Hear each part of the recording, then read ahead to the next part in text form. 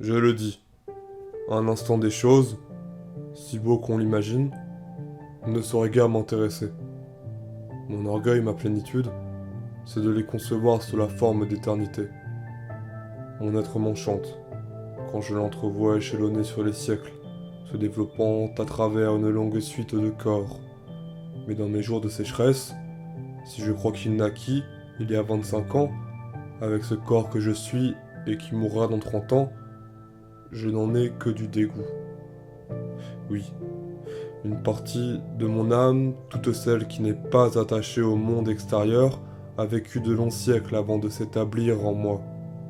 Autrement serait-il possible qu'elle fût ornée comme je la vois? Elle a si peu progressé depuis 25 ans que je peine à l'embellir. J'en conclus que, pour la mener au degré où je la trouvais dès ma naissance, il a fallu une infinité de vies d'hommes. L'âme qui habite aujourd'hui en moi est faite de parcelles qui survécurent à des milliers de morts. Et cette somme, grossie du meilleur de moi-même, me survivra en perdant mon souvenir.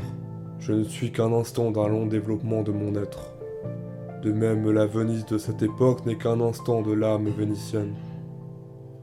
Mon être et l'être vénitien sont illimités. Cette émotion particulière qui est la partie essentielle de Venise, cette sensibilité qui forme l'atmosphère de cette ville et dont chacun des détails de cette race porte l'empreinte, seuls l'aperçoivent pleinement les âmes marquées d'une sensibilité parente.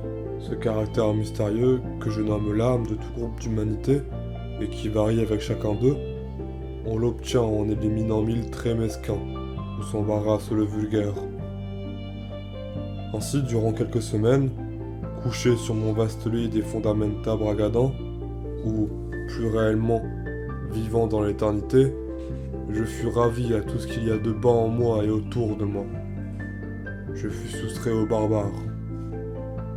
Même je ne les connaissais plus, ayant été au milieu d'eux l'esprit souffrant, puis à l'écart l'esprit militant. Par ma méthode, je devenais l'esprit triomphant.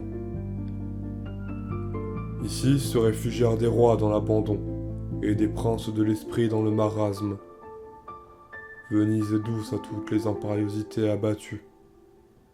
Par ce sentiment spécial qui fait que nous portons plus haut la tête sous un ciel pur, et devant des chefs-d'œuvre élancés, elle console nos chagrins et relève notre jugement sur nous-mêmes. J'ai apporté à Venise tous les dieux trouvés un à un dans les couches diverses de ma conscience. Ils étaient épars en moi, tels qu'au soir de mon abattement d'Arouet. Je les priais de les assimiler et de leur donner du style. Et tandis que je contemplais sa beauté, j'ai senti ma force qui, sans s'accroître d'éléments nouveaux, prenait une merveilleuse intensité.